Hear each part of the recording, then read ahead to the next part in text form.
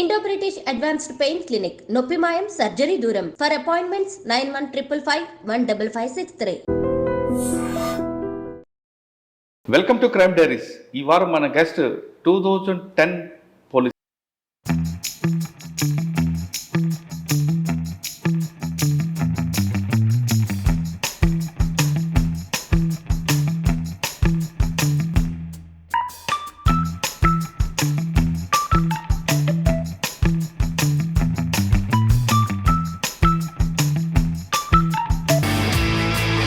మాధవరెడ్డి గారు బై ఛాన్సా బై చాయిసా యూనిఫామ్ వేసుకోండి?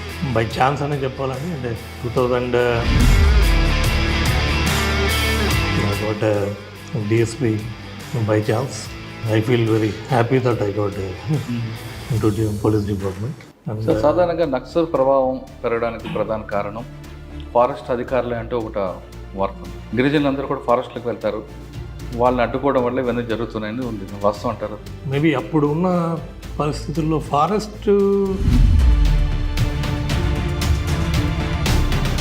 పూర్ పీపుల్ మీద ఎక్స్ప్లాయిటేషన్ ఇవన్నీ ఒక పాజిటివ్ థింగ్స్గా తీసుకొని నక్సలిజం అనేది డెవలప్ కావడం.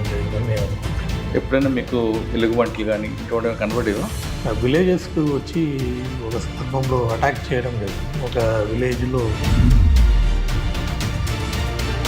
ఆ గ్రామస్తులు వాటిని న్యాచురల్లీ రిటాలియేట్ చేసి చంపడం జరిగింది. వాళ్ళేమో చూస్తే చావుపతుల మధ్యలో ఉన్నారు, అంటే seriously injured and hospital. Sir, ఫ్యాక్షనిస్ట్కి భయం రావాలంటే పోలీస్ ఎప్పుడు కూడా కళ్ళలో రావాలి, లేదా కళ్ళు తెరవగానే ఎదురు పోలీస్ కనపడాలి. మూడోది కౌన్సిలింగ్, కంటిన్యూ కౌన్సిలింగ్ చేయాలని సీనియర్ ఆఫీసర్ చెప్తారు. ఈ మూడు చేశారా? ఫ్యాక్షన్ అనేది మామూలుగా మనం అనుకుంటాం ఓన్లీ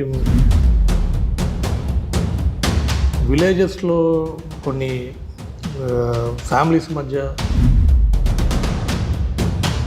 పొలిటికల్ అఫిలియేషన్స్ తీసుకోవడం జరిగింది, political supports between both political bodies. Sir, పుట్టపర్తిలో మీకు బాగా మెమరబుల్ ఉంది. మేజర్ ప్రోగ్రామ్స్ చేయడం జరిగింది. ప్రెసిడెంట్ ఆఫ్ ఇండియా వచ్చారు. కంటిన్యూస్లీ ఛాలెంజింగ్గా ఉంది. మోస్ట్ ఛాలెంజింగ్ మీద ఒక పక్క మ్యాన్ పవర్, జాగ్రత్తగా ప్లానింగ్ చేసుకుంటూ ప్రాపర్ బందోబస్తులు చేసుకుంటూ.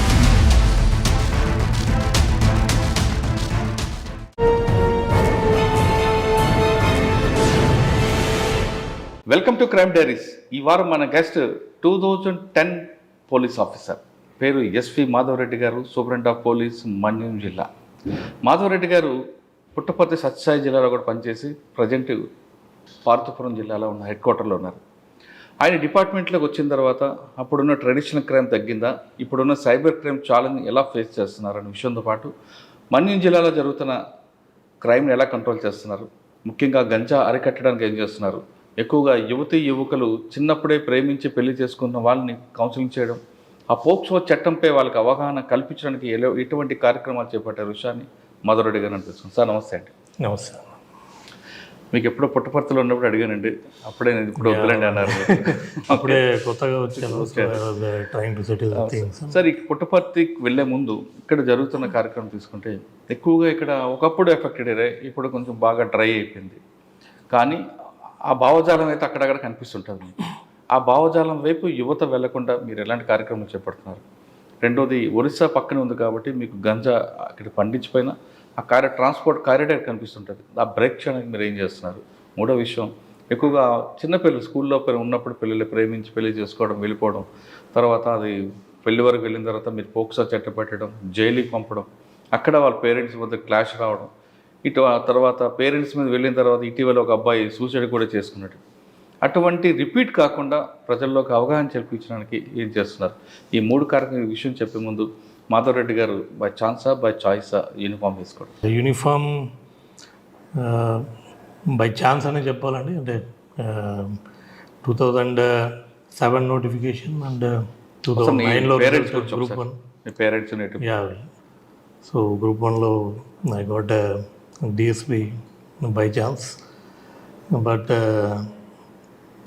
I feel very happy that I got into the police department. So నా నేపథ్యం అండి, నాది నేటివ్ వచ్చి కడప జిల్లా. మై ఫాదర్ ఆయన బ్యాంక్ మేనేజర్ గారు రిటైర్డ్ అయ్యారు, ఎస్వి రమణారెడ్డి. తల్లి విజయలక్ష్మి గారు, she a house wife. So I have a wife Uday Sanja and ఇద్దరు పిల్లలు, పాప హిరణ్య అండ్ బాబు అద్వైత్. ఓకే సార్, మీ బాల్యం అంతా కడపలో జరిగిందా? యా, నా ఇంటర్ వరకు నేను కడపలోనే చదివాను. దాని తర్వాత BSc agriculture Tirupati SV agriculture కాలేజ్లో చేశాను. దెన్ మన అగ్రి బిజినెస్ మేనేజ్మెంట్ కోర్సు ఒకటి బెంగళూరులో Indian Institute of Plantation Management I have done my PG diploma in agribusiness management.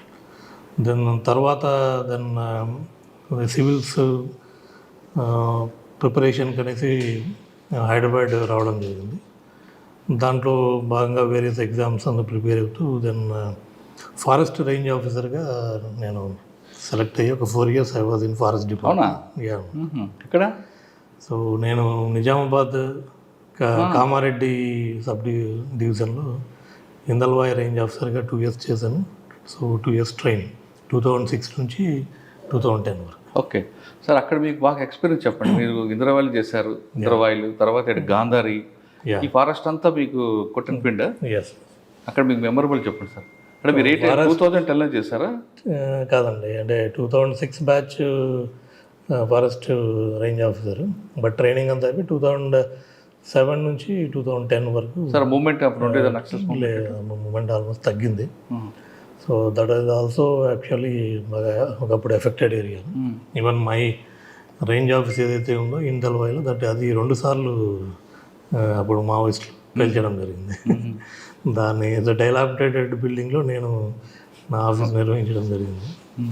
But forest job is a nice experience. So అంటే వృత్తిపరంగా both have seen policing and development of plantation, ఒక wild life conservation, దాని తర్వాత enforcement of wild life act కానీ and forest reserve forest అన్నీ కూడా ఈ boundaries అన్ని సర్వే చేయించి దాదాపు ఒక 5 రిజర్వ్ ఫారెస్ట్ నేను అప్పట్లో సర్వే చేయించి రీస్టోర్ చేయడం జరిగింది. బికాజ్ ఫారెస్ట్ బౌండరీస్ అనేటివి మన రెవెన్యూ బౌండరీస్ మాదిరి హద్దులు క్లియర్గా ఉండవు. ఎప్పుడో బ్రిటిష్ కాలంలో ఉన్న డాక్యుమెంట్స్ ఆధారంగా సర్వే చేయించి that was restore. So that is one happy thing. సాధారణంగా నక్సల్ ప్రభావం పెరగడానికి ప్రధాన కారణం ఫారెస్ట్ అధికారులే అంటే ఒకట వార్త ఉంది. గిరిజనులందరూ కూడా ఫారెస్ట్లకు వెళ్తారు, వాళ్ళని అడ్డుకోవడం వల్ల ఇవన్నీ జరుగుతున్నాయని ఉంది. వాస్తవం అంటారు? సో అది మేబీ అప్పుడు ఉన్న పరిస్థితుల్లో ఫారెస్ట్ ఇది కంప్లీట్గా కారణం అని నేను చెప్పను. బికాజ్ ఒకసారి మనం చూస్తే మనకి నక్సలిజం ఏ విధంగా వచ్చింది అనేది ఒకసారి బ్రాడ్గా ఆలోచించింది. As far as my knowledge is concern, landlords atrocities కానీ భూస్వామ్యవాదం, అపార్ట్ ఫ్రమ్ ఫారెస్ట్ ఇష్యూసే కాకుండా ఈ పూర్ పీపుల్ మీద ఎక్స్ప్లాయిటేషన్స్, ఇవన్నీ ఒక పాజిటివ్ థింగ్స్గా తీసుకొని నక్సలిజం అనేది డెవలప్ కావడం జరిగిందని నేను అనుకుంటున్నాను. సో వేరియస్ ఇష్యూస్ వర్ అవన్నీ కూడా కాలక్రమేణా గవర్నమెంట్ డిఫరెంట్ వేస్లో డెవలప్మెంట్ పరంగా కావచ్చు, వెల్ఫేర్ స్కీమ్స్ పరంగా కావచ్చు, అండ్ చట్టాల పరంగా కావచ్చు. For example land titling act కానీ, భూములు పంచడం, ఇవన్నీ కూడా వేరియస్ మెథడ్స్లో answered this social problems, and that's why there is no relevance of Naxalism now. Sir మరి ఫారెస్ట్ నుంచి వాళ్ళ మీరు కాకి మార్చారు? రెండు కాకినే, రెండు కాకే, కానీ అది వేరే వేరు కదా. అందులో లాఠీ ఉంటుంది, ఇందులో లాఠీ ఉంటుంది. Yeah, there also part of policing is there. But then again started preparing group 1 2007లో మళ్ళీ నోటిఫికేషన్ పడినప్పుడు. దెన్ జాబ్ చేస్తూనే నేను ఐ వాజ్ ప్రిపేరింగ్ ఇందల్వాయిలో అదే రేంజ్ ఆఫీసర్గా జాబ్ చేస్తూ I was preparing and selected for this. So then one scale up 2010లో join అయ్యాను. సార్ ఒకసారి మనం వెనక్కి వెళ్తే మీరు నైట్ బీట్ ఆఫీసర్ చేసి ఉంటారు ఫస్ట్లోనే ఫారెస్ట్లో. ఎప్పుడైనా మీకు ఎలుగుబంట్లు కానీ ఇటువంటి కనబడేవా? ఎలుగుబంట్లు మాకు కనపడలేదండి. But interesting issues what we faced at the time. నేను జాయిన్ అయిన కొత్తలో అయితే విలేజెస్కి వచ్చి ఒక సందర్భంలో అటాక్ చేయడం జరిగింది. ఒక విలేజ్లో ఎలుగుబంట్లు they have attacked sarpanch and ఇద్దరు ముగ్గురిని సీరియస్గా అటాక్ చేస్తారు. సో ఆ గ్రామస్తులు వాటిని న్యాచురల్లీ రిటాలియేట్ చేసి చంపడం జరిగింది. సో ఒక పక్క ఇట్స్ ఏ డైలమా, అదే ఫారెస్ట్ ఆఫీసర్ వాళ్ళ మీద కేసు పెట్టారు, వైల్డ్ లైఫ్ యాక్ట్. దాని వాళ్ళేమో చూస్తే చావు బతుకుల మధ్యలో ఉన్నారు, అంటే seriously injured and hospital. And some NGOs like Maneka Gandhi లాంటి వాళ్ళు who are very much involved in to wildlife conservation. Why వీళ్ళని ఇంకా అరెస్ట్ చేయలేదు అనేది, మీరు అదే ఒక మనిషిని మర్డర్ చేస్తే ఇంతవరకు ఉపయోగిస్తారా? సో జంతువులు కాబట్టి మీరు చాలా చూపిస్తున్నారు. సో అలా ఒక పక్క వాళ్ళు హాస్పిటల్ ఉన్నారు కొంతమంది అలా. So there is a conflict of man animal conflict అనేది. So how difficult it is. మీరు ఎటువైపు ఉన్నారు అప్పుడు? So we have slowly convinced and కొద్దిగా వాళ్ళు కొంచెం రిక్కుపోయినాక that has to be become because wildlife act as per ఇది మనం పోవాల్సింది. So that is one thing. And of course వెలుగుబంట్లు మీరు అన్నట్టు 1 or 2 పర్సన్స్ని లోపలికి వెళ్ళినప్పుడు చంపడం అవన్నీ కూడా జరిగాయి. ఒకసారి వస్తుంటాయి విలేజెస్కి రావడము. ఒకసారి కప్స్ వచ్చాయి, అవి తాండాలకు వచ్చాయి. సో అంత తాండా వాళ్ళంతా కూడా ఫారెస్ట్ బార్డర్లో ఉండే తాండా, అది భయపడుతున్నారు. మేమంతా వెళ్ళి, సో ఆ మదర్ ఫెరోషియస్గా ఉంటుంది. సో ఆ మదర్ వెతుక్కుంటా వస్తుందనేసి అందరు భయపడుతున్నారు. But we have done is ఒక చిన్న గంపలో వాటికి పాల బాటిల్ ఇచ్చి పెట్టేసి వాటిని కూర్చోబెట్టి దెన్ వాటిని 2 కప్స్ని మేము ఫారెస్ట్ బార్డర్లో పెట్టి we have waited for that mother to come. Then ఆ రోజు రాలేదు అది. మళ్ళీ నైట్ అంతా కదా కాపలా కాసి we have given assurance to tanda people and మేము కూడా బందోబస్తు. Then again next day evening అది వచ్చి గంపను బాస్కెట్ని తన్నేసి ఆ పిల్లల్ని తీసుకొని సో అట్లా మేము ఊపిరి పీల్చుకున్నాము. ఒకవేళ ఎలుగుబంటి ఎదురైంది అనుకోండి, ఏం చేయమంటారు? ఎలుగుబంటి ఎదురు అయినప్పుడు న్యాచురల్లీ ప్యానిక్ అవుతుంది. జనరల్గా విలేజెస్లో క్రాకర్స్ పేల్చడం, సౌండ్స్ ఒక ఇది వాటిని భయభ్రాంతులు గురి చేస్తే అవి వెళ్ళిపోతాయి. సో అదర్వైజ్ పారిపోవడం, బెటర్ టు ఎస్కేప్. కానీ అవి తిరిగే ప్లేస్లో మనం వెళ్ళి ఎగ్జాక్ట్లీ అవి వస్తే మనం భయపడి వాడిని చంపడం కరెక్ట్ కాదు కదా సార్? అవి వస్తే కరెక్ట్ కాదు. సో బట్ కొన్ని సందర్భాల్లో అంటే జనరల్లీ హ్యూమన్ టెండెన్సీ కొద్దిగా ప్యానిక్ అవ్వడం, అవి కూడా ప్యానిక్ అయ్యి అటాక్ చేయడం, వాటికి కూడా ప్రాణభయం ఉంటుంది. వాటికి ప్రాణభయంతో అవి అటాక్ చేయడం, లేకపోతే ఒకసారి తల్లి పిల్లల కోసం రావడం, ఫెరోషియస్ ఉండడం, ఈ కైండ్ ఆఫ్ దీంట్లో ఈ ఎక్కువ ఏమవుతుందంటే మనకి ఈ సమ్మర్లో ఎక్కువ ఈ వాటర్ కోసం వెతుక్కుంటా wildlife they come out of the forest. So దానికోసమనే one of the satisfying job what we have done is సమ్మర్లో సాసర్ పిట్స్ అని అప్పట్లో డిపార్ట్మెంట్ స్కీమ్లో ఇంపార్టెంట్ ప్లేసెస్ ఐడెంటిఫై చేసి ఒక సాసర్ పిట్స్ కట్టించేది 3 months used to pour water and maintain చేసేవాళ్ళు. సో దట్ వైల్డ్ లైఫ్ అక్కడే ఉండేది. ఇన్స్పైట్ ఆఫ్ ఆల్ దీస్ ఒకసారి వస్తుంటాయి. సార్ 2008లో వన్యమరాల నుంచి మనుషుల్లోకి వచ్చారు మీరు. Nice experience. ఫస్ట్ పోస్టింగ్ అది షాద్నగర్, అప్పుడు ఉమ్మడి మహబూబ్ నగర్ జిల్లా, షాద్నగర్ సబ్ డివిజన్. ఎవరండి ఫస్ట్ మీకు? సో ఫస్ట్ లక్ష్మీరెడ్డి గారు ఉండేవారు. సో ఆయన తర్వాత నాగేంద్ర కుమార్ సార్, ఎవరండి? నాగేంద్ర కుమార్ రిటైర్డ్ ఐజీగా రిటైర్డ్ ఏపీలో. షాద్నగర్లో మీకు ఏం ఛాలెంజ్ వచ్చిందండి? డిఫరెంట్ క్రైమ్ కనిపిస్తుంది. మహబూబ్ నగర్ జిల్లాలో Shadnagar is border to Hyderabad, border area. So initially my first posting కొంత ఈ అన్నోన్ డెడ్ బాడీస్, అది డంపింగ్ యార్డ్ కదా కైండ్ ఆఫ్ ఉండేది. సో ఎక్కడ మర్డర్ చేస్తారు. యా, సో అవి కూడా కొన్ని సెక్సువల్ జెలసీస్, అంటే దే హ్యావ్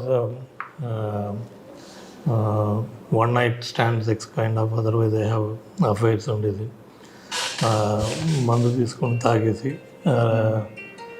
కొన్ని మనస్పర్ధలు బయటికి తెచ్చుకొని మర్డర్ చేయడం, ఉమెన్ మర్డర్స్ ఇలాంటివి కొన్ని ఇనిషియల్గా సో షాక్ గురి చేసేటివి. అండ్ 1 or 2 అవుట్స్కట్స్ హైదరాబాద్ నుంచి కానీ ఇలాంటి మర్డర్స్ అవి కొంచెం ఛాలెంజింగ్గా ఉండేవి.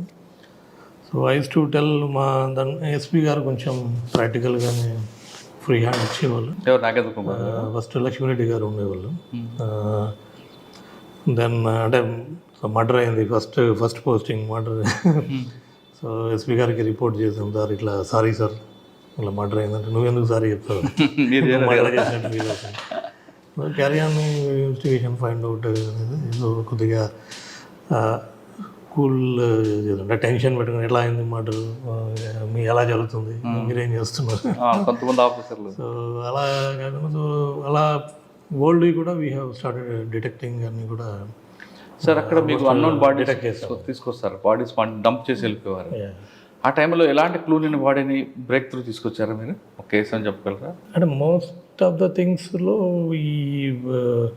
ఈ సెక్సువల్ జెలసీ మర్డర్స్ ఉండేటివన్నీ. సో ఒకటి మోస్ట్లీ టవర్ మనకి కాల్ డీటెయిల్స్ ఆధారంగా, then first body identification is very much important. Once body ఎవరిది ఏంటి అనేది ఐడెంటిఫై అయితే మనకి సో వాళ్ళు ఎవరితో కాంటాక్ట్లో ఉన్నారు, వారికి ఎవరితో యాక్టివిటీస్ ఉన్నాయి అనేది we can easily get it. So based on that చాలా వరకు ఐడెంటిఫై కావడం జరిగింది. సో ఎవరు చేశారు మర్డర్, ఎందుకు అనేది. సార్ ఆ టైంలో రాములోని ఒక సీరియల్ కిల్లర్ ఉండేవాడు, మీకేమైనా ఎప్పుడు ఎదురుపడ్డా? కళ్ళు దుకాణం దగ్గర లేదండి, కడియాల కోసం ఎక్కువ మహిళలు చంపేవాడు.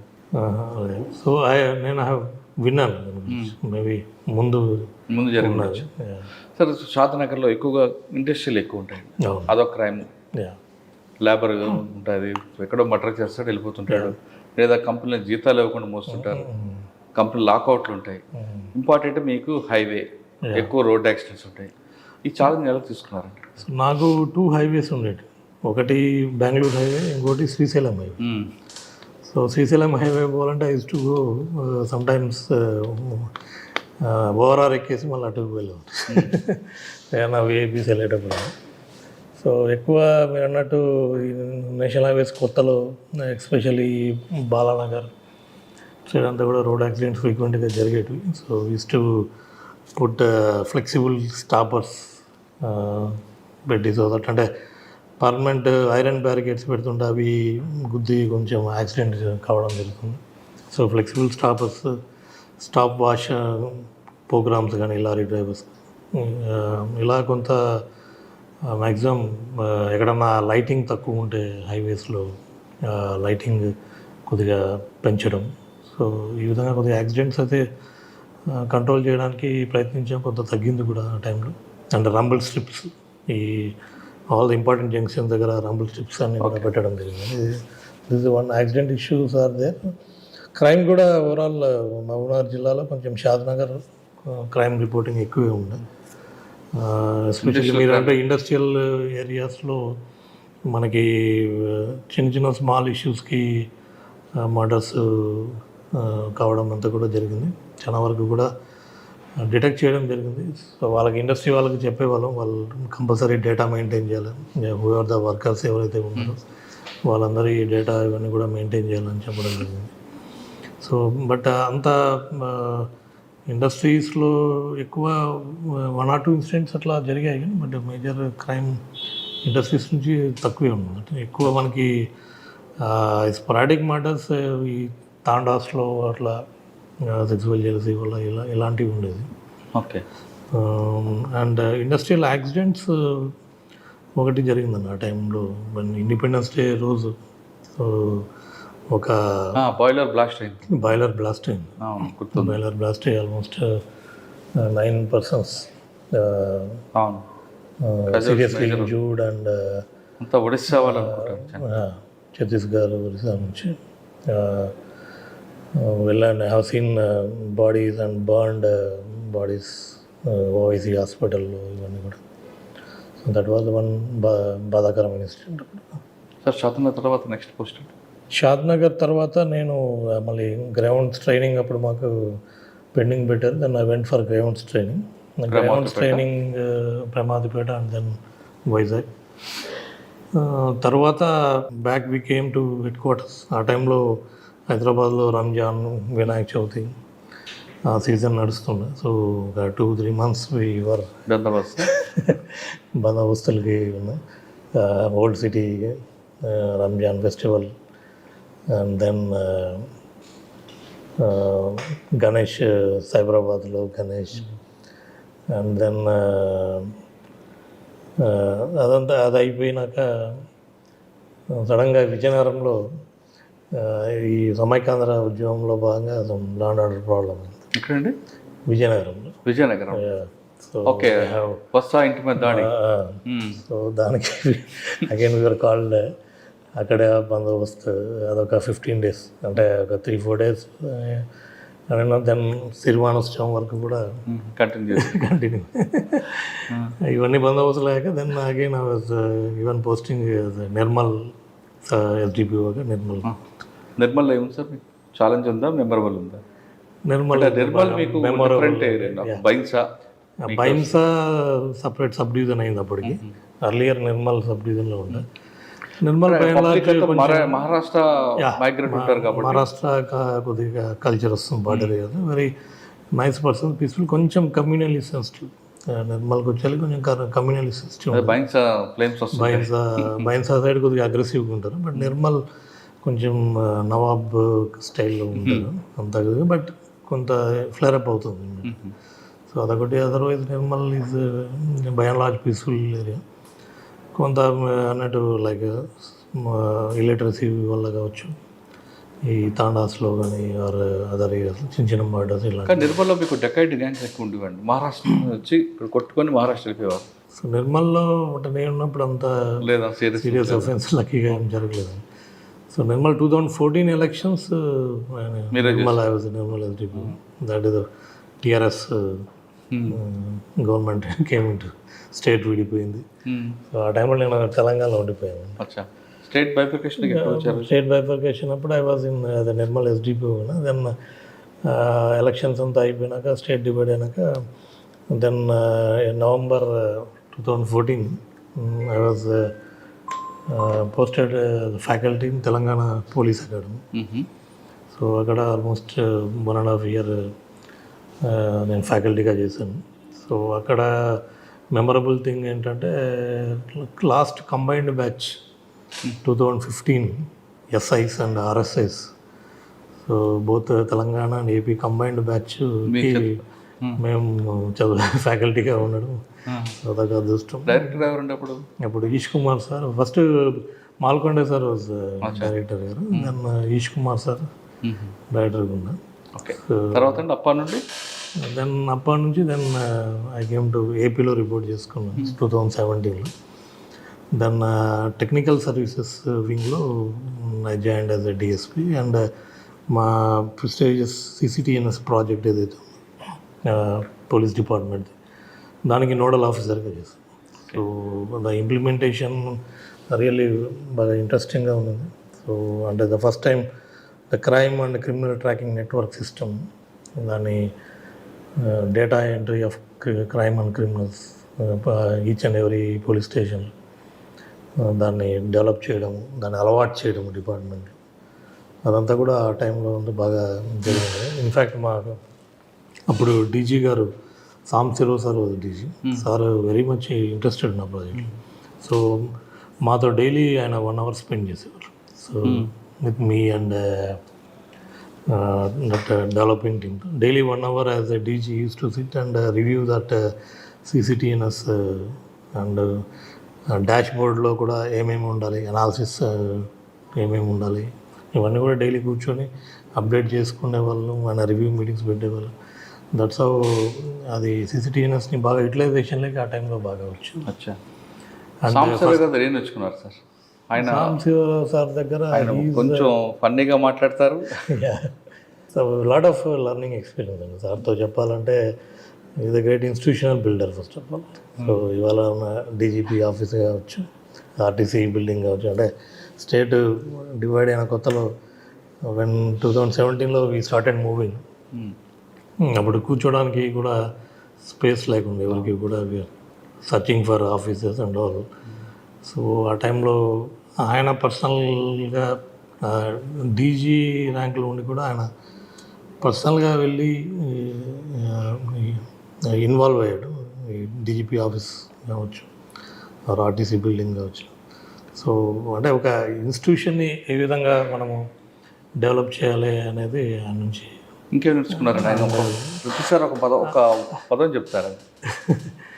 అండ్ మాతో he was very friendly and protective and also is very satirical. బాగా అదే ఎంజాయ్ చేస్తాం. ఆయన తిట్టిన బాధ అనిపించేది ఎవరికి? తిట్టేవాడు కదా, మాకు డైలీ 1 hour ఆయనతో కూర్చుండేవాళ్ళం. కొంచెం అదే DG and DSP sitting in front and is very technically sound and knowledgeable. ఆయనలో ఇంకొక టిపికల్ ఉంటుంది, మేమేమో టెక్నికల్ అంత సావీ కాదు. ఏం క్వశ్చన్స్ అడుగుతారో ఒక టెన్షన్ ఉండేది. కానీ ఒక వ్యక్తికి మాట్లాడేటప్పుడు ఆయన డైరెక్ట్గా ఐ కాంటాక్ట్ చేయకుండా ఇంకొక ఇస్తూ మాట్లాడుతుంటారు, అబ్జర్వ్ చేసి. అదే కరెక్ట్. బట్ షార్ప్గా చూసేవాళ్ళు. అవును. And I like his body language, style of walking and all. కానీ ఇప్పుడు ఒక మాట చెప్తుంటారు, మీరు అబ్జర్వ్ చేశారు లేదు, పోలీస్ అనే ఆ వ్యక్తి ఎప్పుడు కూడా టాక్ట్ఫుల్గా ఉండాలి. అవును. ఇప్పుడు మన బుక్ ప్రకారం లాఠీ పట్టుకుంటూ అవ్వదని మీకు చెప్పారా? చెప్పారు. ఇన్ఫ్యాక్ట్ మీకు చెప్పడం మర్చిపోయాను, మా 2010 training Sambasivarao sir was our director. And we were very much lucky. ఆయన వచ్చి క్లాసులు తీసుకుంటారు. So used to share his experiences and చాలా ఇంట్రెస్టింగ్గా కూడా చెప్పేవాళ్ళు. అండ్ సార్ వచ్చి మాతో లంచ్ చేసేవాళ్ళు అప్పుడప్పుడు, టు ఇంటరాక్ట్. అండ్ మాకు కూడా ఫ్రీ హ్యాండ్ ఇచ్చేవాళ్ళు. So have a great connection with Sambasivarao sir. So technical తర్వాత మీరు సో టెక్నికల్ సర్వీసెస్లో దెన్ 1 year చేశాక then again Atmakur, Kurnool district ఎస్డిపిఓగా నేను చేరాను. సో 1 year అది చేశాను. దెన్ ఆత్మకూరు, శ్రీశైలం, శివరాత్రి. అక్కడ ఒక 2 వ్యక్తులు ఎదురుపడ్డారు మీకు. ఎవరండి? బైరెడ్డి రావడం తక్కువే. దట్ సిద్ధార్థ రెడ్డి, దట్ అతను యూస్ టు కమ్ అండ్ వాళ్ళకి. అండ్ ఈయన శివానంద రెడ్డి గారు ఆ టైంలో టీడీపీ గవర్నమెంట్ ప్రభుత్వం. సో అది కొద్దిగా అక్కడ ఛాలెంజెస్, పొలిటికల్ ఛాలెంజ్ అవి ఉండేవి. కానీ ఇద్దరు బలమైన వ్యక్తులు కదండి. ఆ ఇష్యూని ఎలా మీరు షార్ట్అవుట్ చేసేవారు? ఒకటి, నేను with regard to law and order issue ఏది కూడా టాలరేట్ చేసేవాళ్ళం కదా. అంటే ఏది కూడా లా అండ్ ఆర్డర్లో మనము మొమాటానికి పోయి అది వదిలేస్తే అది పెద్దగా అవుతుంది. So used to convince. అటువంటిది యాంటిసిపేట్ చేసి ఏదన్నా చేస్తుంటే వీ ట్రై టు ప్రివెంట్ చేస్తాం. కానీ శివానంద రెడ్డి గారు ఆల్రెడీ ఎక్స్పర్ట్స్, పోలీస్ ఆఫీసర్ కదా, ఆయన కొంచెం అంటే శివానంద రెడ్డి గారు ఎప్పుడు అంటే లైక్ అజిటేషన్ మోడ్ కానీ ఇంకో లేకపోతే అటాకింగ్ మోడ్ అనేది ఆయన నుంచి ఎప్పుడు లేదు. సో ఇతను ఐ థింక్ అప్పటికి కొత్తగా వస్తున్నాడు. But he have the issues initial in Kurnool it's. దాన్ని ఈయన బైరెడ్డి రాజశేఖర్ రెడ్డి వచ్చేవాడు కాదు. బట్ ఫ్యాక్షన్ గ్రామాలు ఉండేటివి, అవి కొంచెం వీఆర్ రెగ్యులర్లీ మానిటరింగ్. ఫ్యాక్షన్ లిస్ట్కి భయం రావాలంటే పోలీస్ ఎప్పుడు కూడా కళ్ళలో రావాలి, లేదా కళ్ళు తెరవగానే ఎదురు పోలీస్ కనపడాలి. మూడోది కంటిన్యూ కౌన్సిలింగ్ చేయాలని సీనియర్ ఆఫీసర్ చెప్తారు. ఈ 3 చేశారా? వీ ఐడెంటిఫై ఫ్యాక్షనిస్టులు అంటే అప్పటికీ కొద్దిగా చెప్పాలంటే వాస్తవంగా అంతకుముందున్నంత లేదు, తగ్గింది. ఎవరైతే విలేజెస్లో ఇంకా ఫ్యాక్షన్ అనేది మామూలుగా మనం అనుకుంటాం ఓన్లీ ఒకరిద్దరు మెయిన్ లీడర్స్ మధ్య ఉన్నది, వాళ్ళు రెచ్చగొడితే పోయి అటాక్ చేయడం, వీళ్ళు రెచ్చగొడితే అనేది కొన్ని ప్రాంతాల వరకు ఉండొచ్చు. కానీ but by and large faction అనే మనం మాట్లాడుకున్నప్పుడు అది బిట్వీన్ విలేజెస్లో కొన్ని ఫ్యామిలీస్ మధ్య అనేది ఫ్యాక్షన్ అనేది ఉంటుంది. ఒకరి ఫ్యామిలీ నుంచి ఒకరు అటాక్స్, మర్డర్స్ చేసుకోవడం. దెన్ వాళ్ళలోనే కొద్దిగా లీడర్ స్థాయి వ్యక్తులు ఉంటారు. అదర్వైజ్ కామన్ మ్యాన్ ఫ్యామిలీస్ ఉండేటివి ఉంటాయి. సో వాళ్ళను ఫ్యాక్షన్ అనేదానికి నాట్ విలేజ్ లెవెల్లో ఎవరైతే ఇటువంటి ఫీలింగ్స్ ఉన్నాయో సో వాళ్ళని మనం మానిటరింగ్ చేసుకుంటూ కంట్రోల్ చేసుకుంటాం. సో ఈ ఫ్యాక్షనిజంలో వచ్చేసరికి ఏమైందంటే ఇనీషియల్గా అది కాంపౌండ్ వాల్ కూడా ఉంటుంది, లేకపోతే పొలం తగాదా ఉంటుంది. సో దానిలలో ఒకరినొకరు చంపుకోవడం ఇనీషియల్గా అవుతుంది. సో లేటర్ ఆన్ ఏమైంది, దానికి పొలిటికల్ అఫిలియేషన్స్ తీసుకోవడం జరిగింది, political supports between both political parties. ఆ పొలిటికల్ టర్న్ ఇవన్నీ అయిపోయి కొంచెం పెద్దగా కావడం. సో ఆ విధంగా ఫ్యాక్షనిజం ఉండేది. బట్ బై అండ్ లార్జ్ ఇప్పుడు అది అంతా కూడా తగ్గిందండి. ఆత్మకూరు నుండి నెక్స్ట్ దాన్ని ఆత్మకూరు నుంచి అదే అడిషనల్ ఎస్పీగా ప్రమోట్ అయ్యి దాన్ని కర్నూలు అడిషనల్ ఎస్పీగా అక్కడే పోస్టింగ్ ఇవ్వడం జరిగింది. ఇప్పుడున్న మా డిఐజీ గారు is our SP Gopinath Reddy గారు. దాని తర్వాత ఫకీరప్ప గారు ఉన్నారు. అంటే కరోనా టైం మీదే?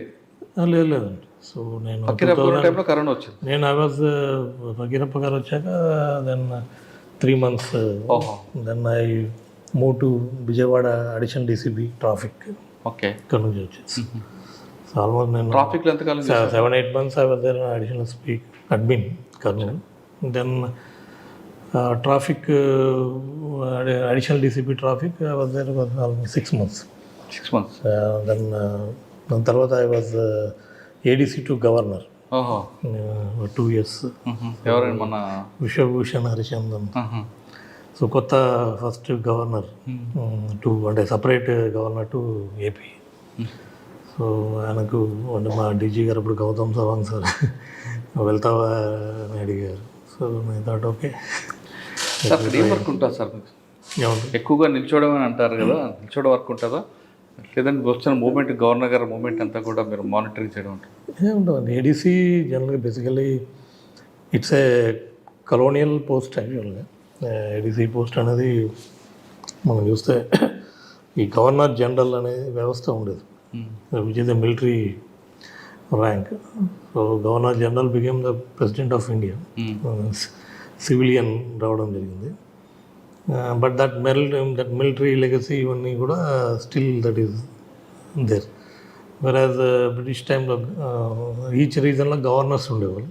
సో ఆ గవర్నర్ వ్యవస్థ అలాగే కంటిన్యూ అయింది. బట్ సివిలియన్స్ గవర్నర్స్ ఉన్నారు. So that ADC use to continue. అంటే ఏడీసీ బేసికల్గా ఆయన మొత్తం ప్రోగ్రామ్ అపాయింట్మెంట్స్ కానీ, ఆయన సెక్యూరిటీ అండ్ టూర్ ప్రోగ్రామ్, ఆయన గవర్నర్ గారి అపాయింట్మెంట్స్ అన్నీ కూడా ఆల్ ఇన్ వన్ లాగా చూసుకోవాల్సి ఉంటుంది. సో అలాగే personal security come security officer and also monitoring the arrangements of the governor program, liaison with the district administration.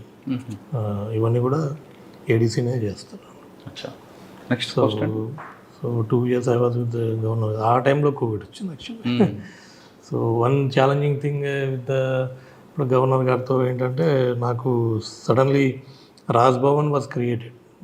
అప్పటి వరకు ఏపీలో లేదు, రాజ్భవన్ లేదు. అప్పటి వరకు హైదరాబాద్లో నరసింహన్ సార్ వాజ్ గవర్నర్ గారు ఉండేవారు ఉమ్మడి రాష్ట్రానికి. So Raj Bhavan was in Hyderabad. So జనరల్గా ఏడీసీ ఒక మిలిటరీ, డిఫెన్స్ నుంచి ఒకరు, పోలీస్ నుంచి ఒకరు ఉండేది. సో నేను నేర్చుకోవాలంటే పక్కన ఆల్రెడీ ఒక హెల్పింగ్ హ్యాండ్ ఉండేది. So what are the protocols, what are systems ఇవన్నీ. ఇక్కడ వచ్చేసరికి సడన్గా రాజ్భవన్ అనేది న్యూలీ ఎస్టాబ్లిష్.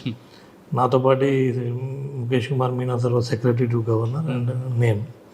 సో మేము ముగ్గురమే ఫస్ట్ అపాయింట్ అయింది. సో ఎవ్రీథింగ్ సిస్టమ్స్, రాజ్భవన్లో సిస్టమ్స్ ఎస్టాబ్లిష్మెంట్ కానీ, ప్రోటోకాల్స్ కానీ ఇవన్నీ కూడా పక్కన చెప్పేవాళ్ళు ఎవరు లేరు. సో నేర్చుకొని తెలుసుకొని సో అవన్నీ ఎస్టాబ్లిష్ చేయడంలో ఆల్మోస్ట్ 6-7 months పట్టింది. కానీ ఇన్ఫ్రాస్ట్రక్చర్ కరెక్ట్ లేదు కదా, మీరు మరి ఎలా అవన్నీ లేదు. So that was one challenging. అంటే జనరల్గా otherwise any other ADC it was easy job. ఇప్పుడు హైదరాబాద్లో ఫర్ ఎగ్జాంపుల్ అనుకోండి, ఆల్రెడీ సిస్టమ్స్ ఎస్టాబ్లిష్ ఎప్పటి నుంచో ఉన్నాయి. సో దాంట్లో ఫ్లోలో ఉండేవాళ్ళు. బట్ ఇక్కడ లిటరల్గా ఏబిసిడీస్ అన్నీ కూడా నేర్చుకోవాల్సి వచ్చింది. నేర్చుకోవడం కాదు, మీరు బెంచ్ టేబుల్ కూడా మీరు అన్నీ. సో మీనా సార్ అండ్ నేను involve, including letter heads of governor, files of the governor, అవి ఏ కూడా విధంగా మీరే ఉండాలి, కొనుక్కోవాలి. ఎలాంటివి ఉండాలి, ఇవన్నీ కూడా యాజ్ ఇట్ ఈస్ డిజైన్ చేసి ఎస్టాబ్లిష్ చేయడం. And every one other than B3 people మీద అందరూ అవుట్సోర్సింగ్లో ఎంప్లాయ్ చేశారు. సో కానీ అక్కడ financial problem వన్ ఇయర్ పట్టిందండి. కాదు సార్, మీకు ఫైనాన్షియల్ ప్రాబ్లం కూడా ఉండేది. Financial it 3 months for getting GO అన్నారు. ఇనిషియల్ హికప్స్ ఉండేది, దాని later slowly. So 1 year almost పట్టింది. ఈ లోపల మళ్ళీ కోవిడ్ వచ్చింది. సో కోవిడ్లో priority task was to see that honourable governor ఈ సేఫ్ ఉన్నారు. సో కోవిడ్ ప్రోటోకాల్స్ స్ట్రిక్ట్గా పాటించి ఆయన కంప్లీట్గా ఐసోలేషన్లో పెట్టి ఇవన్నీ కూడా. So that was one challenging task. So otherwise I had a nice experience. Next post next అక్కడ నుంచి నేను విజిలెన్స్ RVO గుంటూరు విజిలెన్స్ డిపార్ట్మెంట్లో అక్కడ ఎంతకాలం? Almost 1.5 year, more then 1 year 7 months చేశాను. దెన్ అక్కడ ఉన్నప్పుడే got conferred to IPS and first charge జిల్లా ఎస్పీగా అక్కడ నుంచి. ఫస్ట్ బాబా గారు రాష్ట్రాలు తీసుకున్నారు ఎస్పీ IPS ఎస్. సార్ అక్కడ ఏంటంటే బాబా గారు లేకపోయినా ఆయన వైబ్రేషన్స్ ఉంటుంది పుట్టపర్తిలో. ఎయిర్పోర్టు ఉన్నా లేనట్లు ఉంటుంది కానీ ఉంటుంది అక్కడ. ప్రపంచంలో ప్రతి VIP అక్కడికి వస్తుంటారు. కేవలం నవంబరే కాకుండా మిగతా అన్ని రోజులు కూడా వస్తుంటారు. ఒకసారి బాబా గారు ఉన్నప్పుడు ఉన్న రియల్ ఎస్టేటు బాబా గారు లేనప్పుడు పడిపోయింది. కానీ మళ్ళీ వాళ్ళందరూ రావడంతో రియల్ ఎస్టేట్ కేసులు కూడా పెరుగుతుంటాయి. అన్నిటికన్నా ఇంపార్టెంట్ ఆంధ్రప్రదేశ్లో ఫైనాన్షియల్గా ఉన్న డిస్ట్రిక్ట్ ఏదంటే సత్యసాయి జిల్లా వస్తుంది. సో అది కొంతవరకు నిజమే అండి. లైక్ అంటే బట్ బాబా గారు చనిపోయినాక కొంత this what ever real estate or flow of disability కొంచెం తగ్గింది. అగైన్ డిస్టిక్ ఫామ్ అయినాక బట్ డిసిబుల్స్ కాకుండా other people relating to district administration రావడం జరుగుతుంది. రియల్ ఎస్టేట్ ఇష్యూస్ అంత బై అండ్ లార్జ్ తక్కువే ఉంది. కొంత ల్యాండ్ ఇష్యూస్ ఎక్కువ, ఈ డబల్ రిజిస్ట్రేషన్స్ కానీ లేకపోతే ఈ పాస్బుక్స్ క్లారిటీ లేకపోతే రెవెన్యూ సంబంధించి కొంత ఇష్యూస్ అయితే ఉన్నాయి. బట్ బేసికల్గా ఇప్పుడు సత్యసాయి జిల్లా అంటే పుట్టపర్తి ఓన్లీనే చూస్తారు, మేబీ పీస్ఫుల్ అని. బట్ సత్యసాయి జిల్లా ఇది కొంచెం పొలిటికల్లీ సెన్సిటివ్, ఒక విధంగా both politically sensitive and communally sensitive ఉంది. పొలిటికల్గా ధర్మవరం ఒకటే కదా, ధర్మవరం కావచ్చు, హిందూపూర్ కావచ్చు, మేజర్ కొద్దిగా ధర్మవరం ఏరియా. అండ్ ఆల్సో మాకు 3 మండలాలు రాప్తాడు కాన్స్టిట్యున్సీ, కోర్ కాన్స్టిట్యున్సీ, అది కూడా పొలిటికల్లీ సెన్సిటివ్ ఉంది. అండ్ హిందూపూర్ అండ్ కదిరి కొద్దిగా కమ్యూనల్లీ సెన్సిటివ్ ఉంటుంది.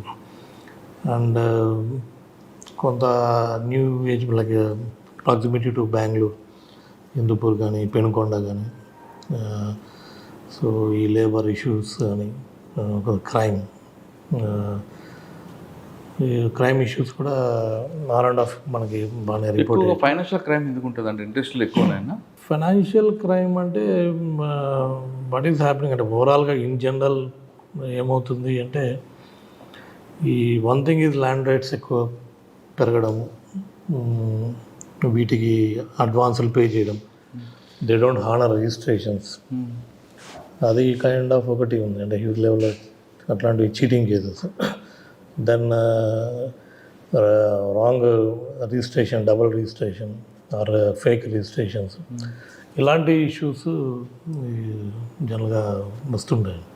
So this is one area where police cannot completely prove చేయడం.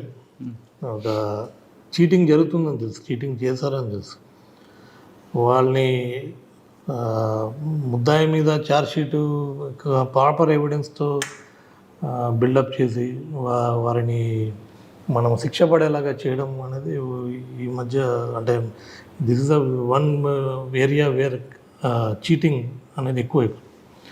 దీంట్లో వారిని ముద్దాయిల్ని శిక్ష పడేలాగా తీసుకుపోయి ప్రాపర్ ఎవిడెన్స్తో ప్లస్ లాస్ అయిన అమౌంట్ని రికవర్ చేయడం అనేది ఒక బిగ్ ఛాలెంజ్ ఉంది పోలీస్. ఓకే సార్, కథర్ మీద మీ ఫోకస్ ఏంటంటే, ఎందుకంటే ఒకప్పుడు కథర్లో అమ్మాయిలంతా హ్యూమన్ ట్రాఫికింగ్ ఎక్కువ ఉంటుంది, అది క్రమేపీ తగ్గింది కానీ కొంచెం స్మెల్ అలా కనిపిస్తుంటుంది. సో కదిరి కొంచెం అటు సైడ్ ఉన్న ఏరియాస్ అందరం గతంలో పావర్టీ కారణంగా సమ్ మీడియేటర్స్ ఈ హ్యూమన్ ట్రాఫికింగ్ సైడ్ మొగ్గు ఇది చూపించి కొంత అమాయకమైన మోసపూరితమైన మాటలు చెప్పి ఇవన్నీ చేయడం జరిగే గతంలో ఎక్కువ ఉండే. But lot of awareness police నుంచి కూడా యాక్షన్ తీసుకోవడం, దెన్ ఈ ఎవరైతే gulf based agencies, travel agencies వాటి మీద గట్టిగా వాళ్ళ మీద కేసులు పెట్టడం, నిఘా పెట్టడం, దెన్ ఎన్జిఓస్ ఆల్సో కూడా గుడ్ వర్క్ చేశాయి ఇక్కడ. Then lot of awareness programs ఇవన్నీ కనెక్ట్ చేయడం వల్ల and of course some developmental అవకాశాలు ఇవన్నీ ఇవ్వడం వల్ల ఆ సమస్య ఇప్పుడు తగ్గింది భయంగా. సార్ పుట్టపర్తిలో మీకు బాగా మెమరబుల్ ఉంటుంది కేసు కానీ, లేదంటే మీకు బాగా హార్ట్ టచ్ ఉన్న ఎపిసోడ్ కానీ? ఉన్న టెన్యూర్లో ఐ హ్యావ్ మేజర్ ప్రోగ్రామ్స్ చేయడం జరిగిందండి. ప్రెసిడెంట్ ఆఫ్ ఇండియా వచ్చారు ఆశ్రమ్కి. Then prime minister has visited 3 places. అంటే పుట్టపర్తి ఎయిర్పోర్ట్లో ఉండి లేపాక్షి వెళ్ళడం and then that one national academy for customs ఒకటి ఉంది, దాని ఇనాగరేషన్. ఇప్పుడు ప్రైమ్ మినిస్టర్ బందోబస్తు అది ఛాలెంజింగ్ ఉంది. దెన్ ఆఫ్ కోర్స్ సీఎం గారి ప్రోగ్రామ్స్, సీఎం గారి ప్రోగ్రామ్స్ అండ్ ఎలక్షన్ ఇయర్ కాబట్టి lot of hectic activity was there. Then ex CM నుండి ఈ బస్సు యాత్రలు ఇవన్నీ కూడా కంటిన్యూస్లీ ఛాలెంజింగ్గా ఉన్నది. So main as SP most challenging thing ఇది ఒక పక్క manpower. We have a shortage of manpower. ఉన్న మ్యాన్ పవర్తో, ఉన్న రిసోర్సెస్తో కంటిన్యూగా జాగ్రత్తగా ప్లానింగ్ చేసుకుంటూ, ప్రాపర్ బందోబస్తులు చేసుకుంటూ, ఎక్కడ కూడా ఏది యాంటీబాడీ ఇన్సిడెంట్ జరగకుండా సక్సెస్ఫుల్గా లాట్ ఆఫ్ ప్రోగ్రామ్స్ ఇప్పుడు అంతా కూడా చేయడం జరిగింది. సార్ మీరు 3 చేశారు, ప్రైమ్ మినిస్టర్ది, ప్రెసిడెంట్ది ప్రోగ్రామ్స్ చెప్తున్నాడు, కస్టమ్స్ దీంట్లో కూడా రిలీజెస్ ఉంటుంది. అక్కడ 2 రాజకీయ పార్టీలు ప్రభావం చూపిస్తుంటాయి. ఆ 2 పార్టీలకి మీరు బ్లూ బుక్ ప్రకారం ఫాలో అయ్యారా, లేదు ఆ ఒత్తిడికి ఏమైనా మీరు? As per prime minister program ఇది కన్సర్న్ బ్లూ బుక్ మనం ఫాలో కాకపోయినా ఫాలో అయ్యేటట్టు కంపల్సరీ ఎస్పీజీ. దాంట్లో ఇది ఏం లేదు, ఏదో ప్రెసిడెంట్ ప్రోగ్రామ్ కావచ్చు, ఏదో ప్రైమ్ మినిస్టర్ గారి ప్రోగ్రామ్ కావచ్చు, as per blue book compulsory follow కావాల్సింది. Our duty is to ensure that everything security measures అన్నీ కూడా బ్లూ బుక్ ప్రకారం జరుగుతున్నాయా లేవా, and time to time SPG వాళ్ళు కూడా మానిటర్ చేస్తూ వాళ్ళు కొన్ని సూచనలు ఇస్తుంటారు, అవన్నీ కూడా పక్కాగా చేస్తారు. సార్ సాధారణంగా ప్రైమ్ మినిస్టర్ బందోబస్తు వచ్చింది అనుకోండి, వాళ్ళ స్టేజ్ ఎప్పటిలో హ్యాండ్ ఓవర్ చేసుకుంటారండి? 48 hours, 24 hours? అంటే ప్రాక్టికల్గా చూస్తే మనకి స్టేజు ఇవన్నీ కూడా మనకి ముందు రోజు ఆల్మోస్ట్ ముందు రోజు maybe up to 12 hours back వరకు కూడా కొన్ని ప్రిపరేషన్స్ జరుగుతుంటాయి. సో ఇన్ఫ్యాక్ట్ నేను చెప్పిన ఆ ప్రోగ్రాంలో నాసిన్ దీంట్లో కూడా they use to entire night morning వరకు కూడా చేస్తున్నారు. సో దే హ్యావ్ అది యాక్సెస్ ఇచ్చేసి ఇది చేస్తారు. సో బేసికల్గా ఈ D-4 అంటే మాకు ఏమంటే విఐపీ వచ్చే 4 hours before security we will be taken over the SPG police అందరం. D-4 కంపల్సరీ ఉంటుంది. Compulsory stage outer periphery outer cordons అంతా కూడా మనం state is the responsibility of including traffic, helipad బందోబస్తు కానీ, ఎన్ రూట్ అన్నీ కూడా కంపల్సరీ మేజర్ స్టేట్ పోలీస్ చూసుకోవాలి. అండ్ వాళ్ళ గైడెన్స్ ఉంటుంది. బై అండ్ లార్జ్ ఏంటంటే 4 hours బిఫోర్ ఎవ్రీథింగ్ స్టెరైల్గా పెట్టుకో. ఓకే సార్, పుట్టపర్తి తర్వాత ట్రాన్స్ఫర్లో Bharatpuram elections successful elections was a great experience. Politically sensitive ఉన్న తరుణంలో ఎలక్షన్స్ కూడా as per election commission guidelines ప్రకారం బాగా ఎటువంటి ఇన్సిడెంట్ జరగకుండా చేసామనే సాటిస్ఫాక్షన్ అయితే మాకు కానీ మీ పక్క జిల్లాలో ఎలక్షన్ కమిషన్ కొంతమంది ట్రాన్స్ఫర్ చేసింది, మీరు ఆ ప్రభావం మేము పడలేదా? ఉన్నదండి. So we're all on the ఏమంటారు, we're all on tenterhooks always. ఒక ఏమీ జరగకుండా చూసుకోవాలి అనే ఒక వాతావరణంలో ఎలక్షన్స్ అన్ని నడిపించాను. సో ఆ విధంగా కూడా మేము డైలీ లోయర్ ర్యాంక్స్లో అంతా కూడా మానిటర్ చేసుకుంటూ ఎటువంటి ఇన్సిడెంట్స్ కానీ ఏదైనా చిన్నది ఎనీ ఇన్సిడెంట్ రిపోర్ట్ అయినా కూడా కేసు కట్టడం, వాటి మీద ఇమ్మీడియట్ యాక్షన్ తీసుకోవడం, ప్రివెంటివ్ మెజర్స్ అవన్నీ కూడా తీసుకోవడం జరిగింది. పీస్ఫుల్గా ఎలక్షన్ అయిపోయింది. Yeah next election after election ఇక్కడికి వచ్చారు. యా ఇక్కడ రాగానే వచ్చింది పార్వతీపురం. ఒకప్పుడు నక్సల్గా అఫెక్ట్ ఏరియా, ఇప్పుడైతే లేదు. కానీ దాని స్మెల్ ఏదో కొంచెం కొంచెం అక్కడక్కడ కనిపిస్తుంటుంది. సో బేసికల్లీ పార్వతీపురం మన్యం జిల్లా మనకి చూస్తే విజయనగరం నుంచి మనకు కొంత భాగము, మరి శ్రీకాకుళం నుంచి కొంత భాగం ఈ జిల్లా ఫామ్ కావడం జరిగింది. ఈ టువర్డ్స్ మనకి western part of Vizianagaram and Srikakulam, Orissa border ఉంటుంది ఈ జిల్లాకి. సో మీరు అన్నట్టు ఒకప్పుడు ఇదంతా కూడా నక్సల్ ప్రభావిత ప్రాంతంగా ఉన్నది. ఇప్పుడు ప్రజెంట్ ఇది లెగసీ డిస్ట్రిక్ట్గా దీన్ని కేటగరైజ్ చేయడం జరిగింది. సో లెగసీ డిస్ట్రిక్ట్ అంటే మనకి లాస్ట్ 6-7 ఇయర్స్ నుంచి కూడా ఎటువంటి ఇన్సిడెంట్ మావోయిస్ట్ సంబంధించి ఎటువంటి ఇన్సిడెంట్స్ కూడా ఏమీ లేవు. సో అందుకని దీన్ని లెగసీ డిస్ట్రిక్ట్లో మనం పెట్టుకోవడం జరిగింది. కాకపోతే కమ్యూనిస్టు భావజాలాలు కొంత ఈ ప్రాంతంలో ఉన్నాయి. కమ్యూనిస్టు పార్టీ ఫ్రంట్ లైన్ ఏవైతే ఉన్నారో వాళ్ళకు కొంత యాక్టివ్గానే ఉన్నారు. ఈ ట్రైబల్ సమస్యల గురించి కానీ ఏదైనా పబ్లిక్ సంబంధించిన ప్రాబ్లమ్స్ ఏమైనా ఉంటే communist party is active here. But Naxal సంబంధించి యాక్టివిటీస్ని అయితే కూడా కంటిన్యూగా మానిటర్ చేస్తున్నాము. ఎక్కడ కూడా అటువంటి యాక్టివిటీస్ అయితే ఇప్పటివరకు ఏం రిపోర్ట్ కాలేదు. బట్ మేమైతే సర్వేలెన్స్ అయితే అవన్నీ కూడా పెట్టుకోవడం జరుగుతుంది. గతంలో ఉన్నట్లు నాగావళి దళం మూమెంట్ ఉందంటారు ఇక్కడ? లేదు. ఈవెన్ దళాల మూమెంట్ ఈ జిల్లా నుంచి 100 కిలోమీటర్స్ అవతలే అటు రాయగడ, కోరాపుట్ సైడ్, అటు కొంచెం మల్కాన్గిరి, అటు ప్రజెన్స్ ఇటు సైడ్ లేదు. అంటే నక్సల్ మూమెంట్ లేకపోయినా ఇంకొక సమస్య కనిపిస్తుంటారు ఇక్కడ, ఎలోప్మెంట్. చిన్నపిల్లలని స్కూల్ వయసులోనే ప్రేమించుకోవడం, పెళ్లి చేసుకోవడం, అటువంటి కేసులు ఎక్కువ రిపోర్ట్ అవుతుంటాయి ఇక్కడ. అవగాహన లేక ఎగ్జాక్ట్లీ ఇటీవల కాలంలో ఒక అబ్బాయి కూడా కేసు పట్టడం తెలిసి సూసైడ్ చేసుకున్నాడు. సో ఇది మనము చట్టం పరంగా చూసుకుంటే we have a POCSO act, prevention of sexual offences and childrens సంబంధించి. సో కానీ దీంట్లో ఈ పోక్సో యాక్ట్ చూస్తే గిన మనకి ఎక్కువ ఈ టీనేజ్లో ఉన్న అమ్మాయిలు ఎలోప్ కావడం, సబ్సిక్వెంట్గా వచ్చి వాళ్ళ పేరెంట్స్ ప్రోద్బలంతో వారు కానీ జరిగింది చెప్పడం, కంప్లైంట్ ఇవ్వడం. సో ఆ కంప్లైంట్ బేస్ చేసుకొని మైనర్ కాబట్టి వాళ్ళ స్టేట్మెంట్ బేస్ చేసుకొని మనం పోక్సో యాక్ట్ కింద కేసు కట్టి వాళ్ళని యాక్షన్ తీసుకోవడం జరుగుతుంది. ఎవరైతే అక్యూజ్డ్ ఉన్నారో ఆ అక్యూజ్లో కూడా కొంతమంది వాళ్ళు మైనర్స్ ఉన్నారు, కొంతమంది just crossed their minor age కాబట్టి మేజర్ లైక్ 18-19 ఇయర్స్ అలాంటి కేసుల్లో కొంత మేము అవేర్నెస్ మహిళా పోలీసు ద్వారా మేము డైరెక్ట్గా అండ్ ఇన్వాల్వింగ్ మహిళా పోలీస్ ప్రతి స్కూల్స్లో కూడా కాలేజెస్లో కూడా అది చెప్పడం జరుగుతుంది. సో పోక్సో యాక్ట్ కట్టడం వల్ల ఒకటి, సో అంటే అమ్మాయి ఫ్యామిలీకి కానీ వాళ్ళకు అమ్మాయికి కూడా ఇబ్బందిగానే ఉంటుంది. అంటే ఒక లైఫ్లో ఒక ఇన్సిడెంట్ లాగా, ఒక షాక్ లాగా వాళ్ళు చూస్తున్న అబ్బాయి లైఫ్ కూడా స్పాయిల్ అవుతుంది. తెలిసి తెలియని వయసులో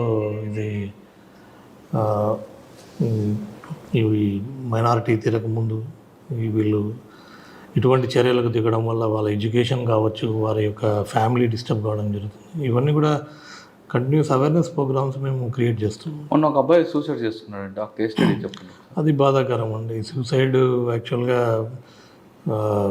అంటే ఇప్పుడు చనిపోయినాడు కాబట్టి డీటెయిల్గా బ్రాడ్గా చెప్పగలను. So he was involved in ఒక 10th క్లాస్ అమ్మాయి, 14 years ఉన్న అమ్మాయి, అదే ఊరికి చెందిన అమ్మాయితో అదే బెదిరించి కొంత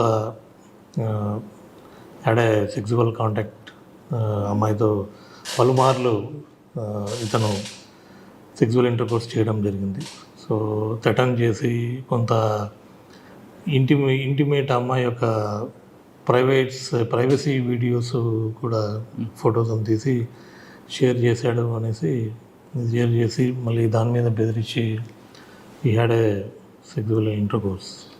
సో అది వాళ్ళ ఇంట్లో ఆ విషయం ముందు వాళ్ళ ఇంట్లో తెలిసి కంప్లైంట్ చేయడం జరుగుతుంది. సో దాంట్లో భాగంగా ఆ అబ్బాయికి తెలిసి ప్యానిక్ అయిపోయి అంటే సో దీంట్లో మల్టిపుల్ ఇష్యూస్ మీరు అన్నట్టు ప్రేమించడము కరెక్ట్గానే ఉండొచ్చు, కానీ దీంట్లో కొన్ని ఇప్పుడు రీసెంట్ సంఘటనలు మనం స్టేట్లో కూడా చూసుకుంటే కొంత ఏం జరుగుతుందంటే అదే రైట్ లాగా భావించి దాన్ని ఇష్టం వచ్చినట్టు లైక్ ఫర్ ఎగ్జాంపుల్ వీడియోలు తీయడము లేకపోతే బెదిరించడము. సో ఇవన్నీ కొంచెం వైలెంట్ పార్ట్లోకి వెళ్ళిపోతున్నారు. సో అది అదర్వైజ్ చట్టం ఏమని చెప్తుందంటే మైనర్ గాల్ని తెలిసి చేసినా తెలియక చేసినా యాజ్ పర్ లా అమ్మ ఇష్టపడినా కేసే. So that we have to go as per law. Then తెలిసాక అప్పటికి ఆ భయం లేకుండా ఆ చట్టం గురించి తెలియకనో మరి లేక ఎవరు ఏమన్నారనే ఫీలింగ్లోనూ ఇవన్నీ చేయడం లేదు. దెన్ వన్స్ సడన్లీ లైఫ్లో ఒక ప్యానిక్ సిచ్యువేషన్ క్రియేట్ అయిపోయి దానికి భయపడి ప్యానిక్ అయిపోయి దాన్ని కమిటింగ్ సూసైడ్స్ కొంతమంది రీసెంట్ ఇన్సిడెంట్లో మంది అలాంటివి జరిగాయి. కొంతమంది హీనియస్ అప్ టు మర్డర్స్ వరకు కూడా జరగడం ఇలాంటివి కూడా జరుగుతున్నాయి. సో బేసికల్గా అవగాహన అనేది దీంట్లో ముఖ్యం. సో క్రియేటింగ్ అవేర్నెస్ దీని మీద కంటిన్యూగా మేము పోక్సో సంబంధించి, క్రైమ్ అగైనెస్ట్ ఉమెన్ సంబంధించి, cyber crimes which is another upcoming crime, major crime రాబోతుంది. సైబర్ క్రైమ్ సంబంధించి కూడా మేము కంటిన్యూస్ అవేర్నెస్ క్రియేట్ చేస్తున్నాం. అండ్ ఈ జిల్లాలో ముఖ్యంగా కొంత ఈ ఎన్డీపీఎస్ ట్రాన్స్పోర్టేషన్ అవి జరుగుతుంది. ప్లస్ ఎవరు కూడా గాంజా అండ్ ఈ డ్రగ్స్ బారిన పడకుండా కూడా పిల్లలు కాలేజెస్లో ఈ 3 ప్రోగ్రామ్స్ నేను ప్రయారిటీగా తీసుకొని కంటిన్యూస్ అవేర్నెస్ ప్రోగ్రామ్స్ కండక్ట్ చేస్తున్నాను. ఓకే సార్, ఇంకా లాస్ట్ క్వశ్చన్, ట్రాఫిక్ అనేది ఇక్కడ అవగాహన లేని వాళ్ళు చాలామంది కనిపిస్తుంటారు. చదువుకున్న వాళ్ళే ఉన్నారు కానీ అవగాహన లేదు. వాళ్ళని ఎలా మరి మీరు మోటివేషన్ చేసుకొస్తారు? సో ట్రాఫిక్ అనేది మనం చూసుకుంటే ఇది మీరు అన్నట్టు అవగాహన లేక కొంతమంది ఉంటే, అవగాహన ఉండి కూడా అది పాటించడానికి బద్ధకం. ఫర్ ఎగ్జాంపుల్ ఒక రైట్ సైడ్ వెళ్ళాలి, యూటర్న్ చేసుకోవడానికి బద్ధకం. కొద్దిగా ముందుకెళ్ళి యూటర్న్ చేసుకోవడం రాంగ్ రూట్లో కొద్దిగా దూరమే కదా రాంగ్ రూట్లో వెళ్దాం. సో అది అవగాహన లేదా అంటే ఉంది. అండ్ హెల్మెట్ పెట్టుకోమని చెప్తున్నాం. హెల్మెట్ పెట్టుకోకుండా బైక్ యాక్సిడెంట్స్ మనం చూస్తే చాలామంది ప్రాణాలు కోల్పోవడం సీరియస్. ఈవెన్ మా మెన్ కూడా అన్ఫార్చునేట్లీ. సో అందరికీ కూడా ముందు పోలీసు వాళ్ళు మనం పెట్టుకోవాలనేసి కూడా మనం చెప్తున్నాం. ఇవన్నీ కూడా హెల్మెట్ పెట్టుకోవాలంటే బద్ధకం, షార్ట్ కట్ తీసుకోవాలనేది. సో ఇవి enforcement, awareness is one part and enforcement is another part. So ఇది ట్రాఫిక్ సంబంధించిన యాక్సిడెంట్ సంబంధించి చూస్తే ఇవి ఒక ఎత్తు అయితే, కొంత రోడ్స్ ఇంజనీరింగ్ డిఫెక్ట్స్ వల్ల కూడా కొంత రోడ్ స్పేస్ పెరగట్లేదు. అది being onset slowly is a challenging thing. And number of bikes కానీ కమ్యూటర్స్ కానీ ఎక్కువ కావడం. అండ్ రోడ్స్ మళ్ళీ మీరు అంటున్నారు రోడ్స్ వేస్తుంటే స్పీడ్ పెరుగుతుంది. లాట్ ఆఫ్ హైవేస్ వస్తున్నాయి, స్పీడ్ పెరుగుతుంది. మళ్ళీ ఆ స్పీడ్ కంట్రోల్ చేయడానికి మళ్ళీ మనము స్పీడ్ బ్రేకర్లు వేస్తే అదొక యాక్సిడెంట్ అవుతుంది. So we started Rumble strips వేయాలి. రంబుల్ స్ట్రిప్స్ అన్ని వేసుకుంటూ పోతే స్లో అవుతాడు అనేది, ఈ speed guns, speed limit, it's all continuous challenge పోలీస్కి, ముఖ్యంగా police department is continuous challenge. Sir ఫైనల్గా చెప్పండి, పార్వతీపురం జిల్లా ప్రజలకి మీరు ఇచ్చే భరోసా ఏంటి? పార్వతీపురం మన్యం జిల్లా 3 ప్రధానమైన ఇష్యూస్ ఇందాక చెప్పినట్టు, ఒకటి ఈ గాంజా ఒరిస్సా నుంచి కొంత ట్రాన్స్పోర్టేషన్ అది జరుగుతుంది. సో దానికి మేము 24/7 చెక్ పోస్టులు పెట్టి అది వాటి మీద దృష్టి పెట్టాం, కంట్రోల్ చేస్తున్నాం. అండ్ ఐడి లిక్కర్ కొంత ఇది ఉన్నది, ఈ ఒరిస్సా బార్డర్ నుంచి ట్రాన్స్పోర్ట్ కావడము, ఇక్కడ కొంత ఇది చేయడం, దాని మీద కూడా అది కంటిన్యూగా అదంతా కూడా లేకుండా చేసేది ఒక గోల్ పెట్టుకున్నామండి. Then the upcoming new age crimes, cyber crime కానీ, సైబర్ క్రైమ్లో అగైన్ చీటింగ్, ఇది ఇన్బిల్ట్ అదంతా కూడా cheating, but media is cyber. So దీంట్లో కంటిన్యూస్ అవేర్నెస్ లేకుండా, అంటే prevention is better than cure. So awareness అనేది ఎంతోమంది డైలీ ఆల్మోస్ట్ వీక్లీ ఒక 3-4 కంప్లైంట్లు వస్తుంటాయి. సో అదొక ప్రయారిటీ తీసుకున్నాం. అండ్ మీరు అన్నట్టు this crime against women, POCSO చట్టం మీద, అండ్ ఈ టీనేజ్లో ఇలాంటివి చేయడం వల్ల వాటి సైడ్ ఎఫెక్ట్స్. సో ఎందుకంటే ఇది సమాజంలో ఆ యంగ్ జనరేషన్ దీనిలో ఇన్వాల్వ్ కావడం వల్ల చాలా ఎఫెక్ట్. ఒకటి డ్రగ్స్ అడిక్షన్, ఈ cyber crime, and illicit liquor, and POCSO, ఈ 4 ప్రయారిటీగా పెట్టుకొని, సో పార్వతీపురం మన్యం జిల్లా పోలీసులు వీటి నుంచి కాపాడాలనేది మా గోల్ అండి. సార్ పోలీస్ వైపు నుంచి మీరు చేస్తున్నారు, బాగానే ఉంది, కానీ ప్రజల వైపు నుంచి మీకు ఎలాంటి సహకారం కావాలి? సో ప్రజలు బై అండ్ లార్జ్ కూడా ఈ జిల్లాలో పీస్ఫుల్గానే ఉన్న all law abiding citizens. So ప్రజల నుంచి బేసికల్గా ఏంటంటే కొంచెం బాగా అవేర్నెస్ పొంది అటెంటివ్గా ఉండాలి ఈ చీటింగ్స్ అండ్ సైబర్ క్రైమ్కి సంబంధించి అనేది మేము ఎక్స్పెక్ట్ చేస్తున్నాం. సో అదర్వైజ్ చెప్తే వింటున్నాం, అట్లా ఇష్యూస్ ఏమి లేవు పబ్లిక్ నుంచి, మనకేం ఇష్యూస్ లేవు. ప్రజలు పోలీసులు ఏదైనా అన్యాయం జరిగితే పోలీసులు వస్తారని కాకుండా ముందు మీరు చట్టంపై అవగాహన కల్పించుకోవాలంటున్నారు పార్వతీపురం ఎస్పీ గారు. ఆయన చెప్తున్నట్లుగా ముఖ్యంగా చిన్నపిల్లలప్పుడే ప్రేమించుకోవడం, తర్వాత జరిగిన క్రైమ్కి ఖచ్చితంగా కేసులు ఉంటాయి, జైలుకి వెళ్లాల్సిందే. అది తెలుసుకోవాలంటే ముందు చట్టంపై అవగాహన కల్పించుకుంటే ఇటువంటి సమస్యలు ఉంటాయి. అదేవిధంగా గంజా విషయంలో కూడా చాలా సీరియస్గా ఉక్కుపాదం మోపుతా అంటున్నారు మన్యం జిల్లా ఎస్పీ గారు. ఇది మన్యం జిల్లా ఎస్పీ గారితో ఎక్స్క్లూజివ్ ఇంటర్వ్యూ. వచ్చే వారం మరొక ఇస్తాం, మళ్ళీ కలుస్తాం. అంతవరకు నమస్తే sir, thank you very much. Thank you అండి.